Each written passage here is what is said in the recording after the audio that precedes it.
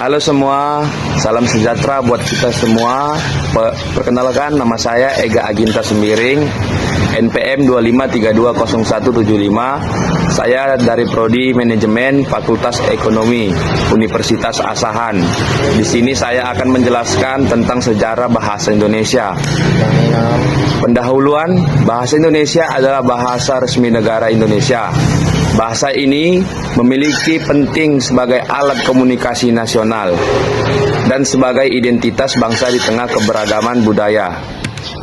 Latar belakang, Indonesia memiliki ribuan suku dan bahasa daerah. Diperlukan satu bahasa pemersatu agar komunikasi nasional berjalan efektif. Bahasa Melayu kemudian dipilih dan berkembang menjadi bahasa Indonesia. Pembukaan, bahasa Persatuan Bangsa Indonesia berasal dari bahasa Melayu, digunakan dalam kehidupan sehari-hari, menjadi identitas nasional. Pengertian bahwa bahasa Indonesia adalah bahasa resmi negara Republik Indonesia yang digunakan sebagai alat komunikasi nasional, pendidikan, pemerintah, dan administrasi negara. Tahukah kamu, bahasa Indonesia diresmikan sebagai bahasa persatuan pada peristiwa Sumpah Pemuda tanggal 28 Oktober tahun 1928.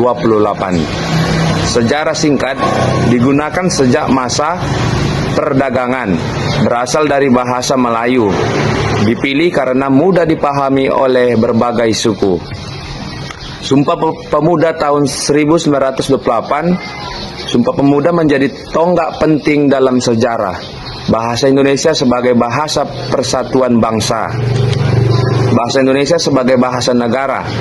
Setelah kemerdekaan, bahasa Indonesia ditetapkan sebagai bahasa negara dalam Undang-Undang tahun 1945 pasal 36.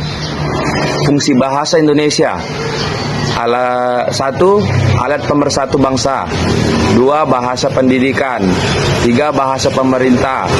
4. Sarana pengembangan ilmu pengetahuan. Kedudukan bahasa Indonesia terbagi dua, bahasa nasional dan bahasa negara.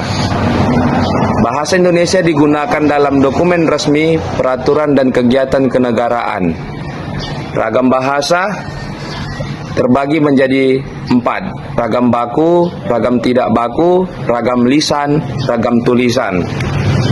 Penjelasan ragam bahasa: ragam baku digunakan dalam situasi resmi, sedangkan ragam tidak baku digunakan dalam situasi santai.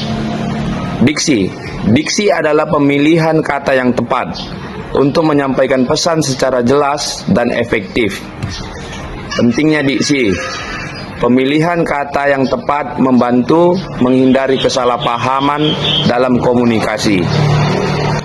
Bahasa Indonesia di era modern terbagi menjadi dua. Bahasa Indonesia terus berkembang mengikuti perkembangan teknologi dan media sosial. Peran generasi muda berperan penting dalam menjaga kelestarian bahasa Indonesia. Kesimpulan, bahasa Indonesia memiliki peran yang sangat penting dalam kehidupan berbangsa dan bernegara. Penutup, guna bahasa Indonesia dengan baik dan benar agar tetap terjaga dan lestari. Inilah yang bisa saya jelaskan dalam sejarah bahasa Indonesia. Kalau ada salah saya mohon maaf. Terima kasih.